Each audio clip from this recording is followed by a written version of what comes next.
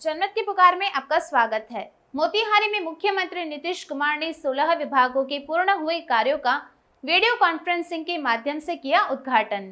बिहार के मुख्यमंत्री नीतीश कुमार ने गुरुवार को बिहार के 16 विभागों के पूर्ण हुए कार्यों का वीडियो कॉन्फ्रेंसिंग के माध्यम से उद्घाटन करते हुए सुबह में विकास कार्य की गति तेज करने के लिए सभी विभागों को अभियंताओं को निर्देश दिया।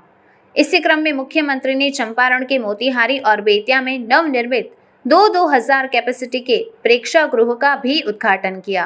साथ ही चंपारण के वाल्मीकि नगर में इको टूरिज्म को बढ़ावा देने के साथ उसे और विकसित करने की बात कही।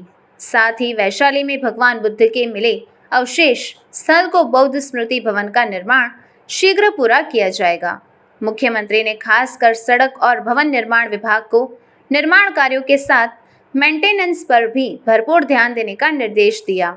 वहीं मिथिला पेंटिंग हाउस का भी सीएम ने उद्घाटन किया। इस दौरान उन्होंने कहा कि पूरे बिहार में पौराणिक और ऐतिहासिक स्थलों पर स्मृति भवन निर्माण विभाग द्वारा जारी है। उन्होंने बताया कि महात्मा गांधी वर्ष 1917 में सबसे पहले मुजफ्फरपुर में आए थे, फिर चंपारण के विभिन्न स्थानों पर गए। उन सभी जगहों पर गांधी जी की स्मृतियों को सहेजने का वादा मैंने किया था, जिसमें मोतिहारी और बेतिया के बाद अब मुजफ्फरपुर की बारी है। उसका भी जो निर्माण करवाया है वो लगभग करीब इनका काम पूरा हुआ है। तो अंजुमन इस्लामिया भवन भी बना है, बहुत अच्छा है। और फिर अभी हाल ही में बोध गया में ही महाबोधि सांस्कृतिक केंद्र, ये सब आपको तस्वीर दिखवा रहे थे। तो महाबोधि सांस्कृतिक केंद्र भी बन गया। तो ये सब चीजें अच्छी बनी, हम उसका इसलिए जिक्र करना चाहते हैं। इसलिए कई चीजों का काफी अच्छे ढंग से भवनों का निर्माण किया गया है। और अभी जो कुछ चीजें बननी है, हालांकि उसमें जरा विलंब हो रहा है, इसके लिए मुझको कभी कभी तकलीफ होती है। खास करके बुद्ध सम्यक दर्शन संग्रहालय जो हम लोग वैशाली में इस काम को कर रहे हैं, इस काम में हम आग्रह करेंगे कि बड़ा तेजी से हो। एक बात ठीक है कि उसमें जो भी पत्थर से बनता है सैंड स्टोन, तो राजस्थान से लाया जाता है। उसी में ये कोरोना के दौर में बहुत कठिनाई हुई थी, लेकिन फिर तो अब आना शुरू हो गया है। तो मेरे हिसाब से जरा तेजी से बुद्ध सम्यक दर्शन संग्रहालय बनाइए, तैयार हो जाए और उन पर भगवान बुद्ध के का अस्थि अवशेष एक वही वैशाली में पाया गया था, इसलिए उसके लिए भी एक बनाया जा रहा है। उस बुद्ध सम्यक दर्शन 1000 की क्षमता, दुनिया में कहीं भी इतनी बड़ी क्षमता का कोई सभागार नहीं। तो बापू सभागार उसका नामकरण हम लोगों ने किया, वो है वहां पर।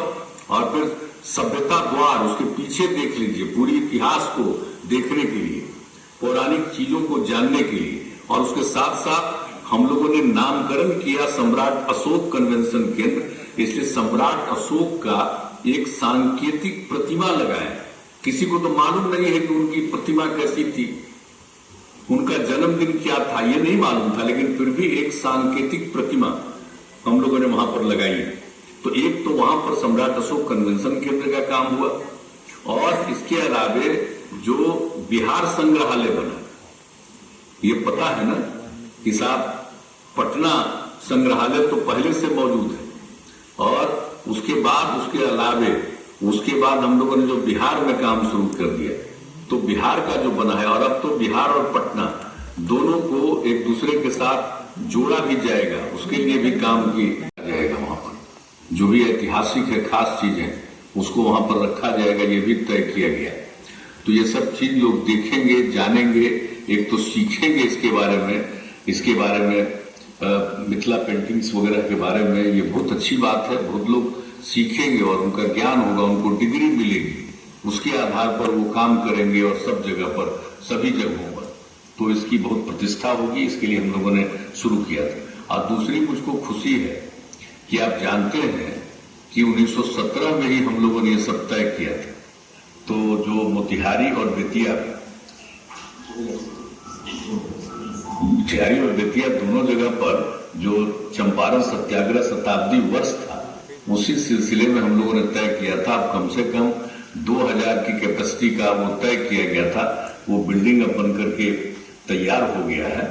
तो ये तो बहुत खुशी की बात है कि कम से कम वो दोनों तैयार हो गया, और वो भी 1917 में 2017 में ही जो कार्यक्रम हम लोगों ने आयोजित किया था, इसमें बापू का 100 दिन पूरा हो चुका था जब वो आए थे 1917 में।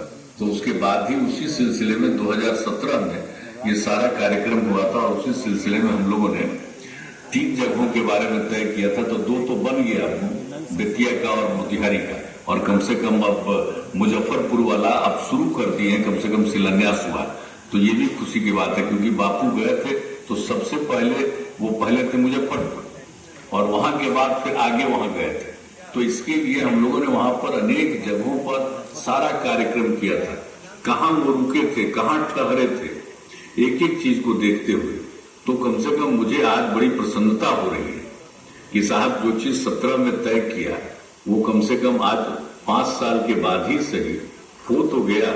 तो मुझे खुशी है कि ये जैसा भी इसको स्थिति आ जाए, बुरी स्थिति आ जाए, भूकंप की स्थिति आ जाए, तो सबसे भीषण स्थिति भी आएगी, उसमें भी वो बिल्डिंग बचा रहेगी, और उसी में पुलिस को रखा गया है, और उसके साथ साथ और भी उसमें व्यवस्था वहां पर हम लोगों ने किया है।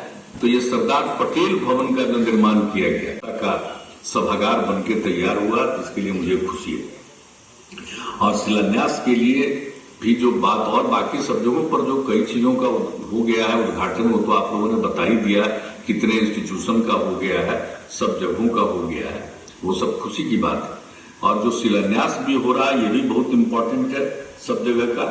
लेकिन आप जानते हैं कि जो वाल्मीकि नगर को में हम जो इको टूरिज्म को बढ़ावा देने के लिए, आप जानते हैं कई वर्ष पूर्व से वहां इको टूरिज्म को बढ़ावा देने के लिए जो हम लोगों ने कोशिश की है कि वो क्या खासियत चीज है। ये वाल्मीकि टाइगर रिजर्व का जो है, अब जो आप वहां पर सोच लीजिए कि जो चीजें हैं क्या है, वहां पर पहाड़ है, नदियां हैं, जंगल है, ये तीनों चीज है।